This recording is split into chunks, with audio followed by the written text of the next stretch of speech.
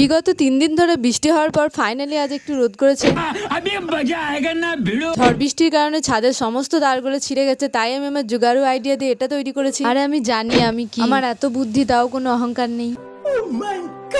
সকাল সকাল চলে এসছে ভিখারি, তাই ভিক্ষে দিতে গেলাম। Sorry, she is my elder sister. ভাই 3 দিন হলো এই পুঁই গাছটা লাগিয়েছি, দেখো কত বড় হয়ে গেছে। আর বিগত 1 মাস ধরে আমার ফুল গাছটা বাড়ছেই না। বেচারা 2 দিনের জন্য বেড়াতে এসছে, কত কাজ করতে হচ্ছে। আমি আবার কারো কষ্ট দেখতে পারি না, তাই পরোটা করলাম। गजब बेइज्जती है।